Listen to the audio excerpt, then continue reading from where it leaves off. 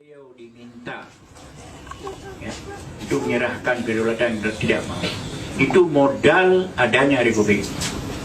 Karena tanggal 29 Desember tahun 49 dalam konferensi meja bundar ditanya, mana Indonesia? Indonesia sebelum itu tinggal 3, Jakarta, Yogyakarta, Aceh. Awal 48 Jakarta telah direbut oleh Belanda. Akhir 48, Assalamualaikum warahmatullahi wabarakatuh, Yogyakarta sudah direbut oleh Belanda. Satu-satunya tinggal yang belum direbut kembali oleh Belanda, Aceh. Maka waktu tinggal Aceh berpusing dia, karena perang dengan Aceh bukan 2 tahun, bukan 5 tahun, tapi 69 tahun. Sampai Belanda, Jepang masuk, Belanda angkat kaki, itu dia tidak berani pergi ke pasar Aceh 2-3 orang Belanda. Pakon, mencetok. Maka Aceh tidak pernah menyerahkan kedaulatan kepada Belanda. Pada waktu itu, salah seorang dalam konferensi itu menyatakan, Aceh. Waktu orang itu mengatakan Aceh, Inggris lihat.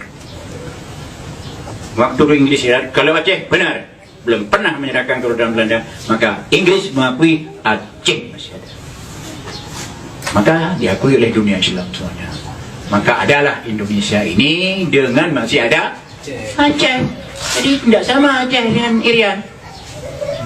Menderita ya sama. Tapi itu modalnya oleh Aceh dulu. Bung Karno 4 kali datang ke Aceh. Datang pertama minta dukungan rakyat Aceh, ulama dan rakyat Aceh.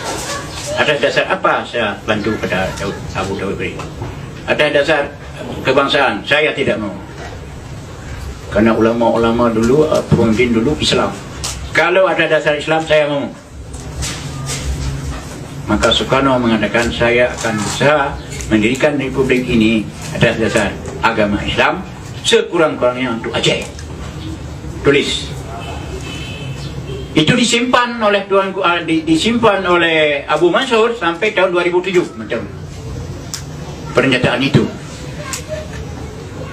Kemudian yang kedua, minta bantuan Aceh. Kita mengalami hubungan luar negeri yang sulit.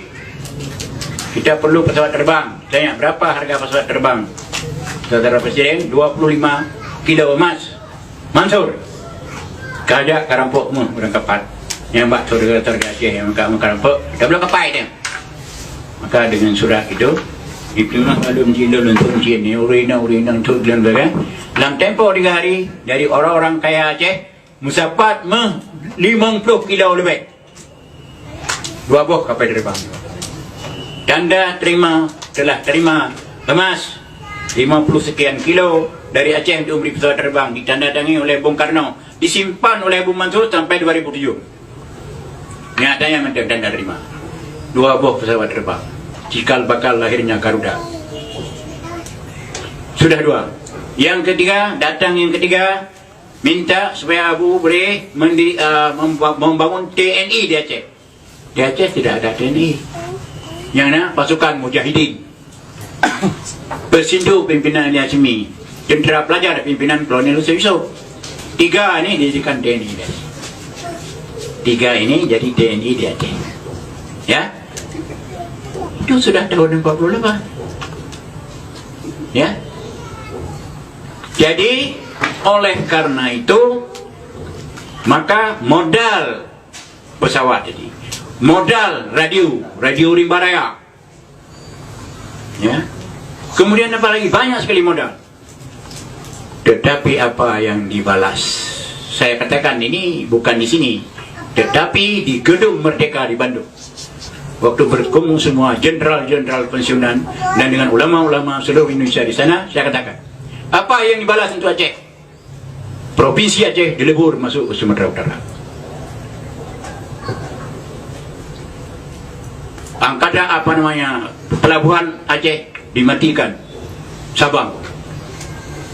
Kereta api Aceh dimatikan, yang dibangun oleh Belanda 1912. Itu belasan. Ayo susu dibalas ini 2. Kalau saya ditembak mati di sana, ini melanjutkan cita-cita perjuangan Tengku para Sultan. Saya katakan itu. Jadi sesudah itu diam. Itu balasannya. mukim di Aceh dihilangkan mukim karena daerah lain tidak ada mukim. Ada 7 yang diderita oleh Aceh. Oleh karenanya, kalau ini dilakukan seperti itu untuk orang Jogja, apa orang Jogja terima? Kalau seperti itu dilakukan kepada Aceh, dilakukan oleh orang Jakarta, apa Jakarta terima saja? Ya, jadi oleh karenanya lihatlah Aceh dengan mata kepala, bukan sebelah mata, kalau bisa 2 belah mata. Karena itu emas berapa puluh kilo di lambang pusat Jakarta itu dari mana itu? Dari saudara-saudara Aceh.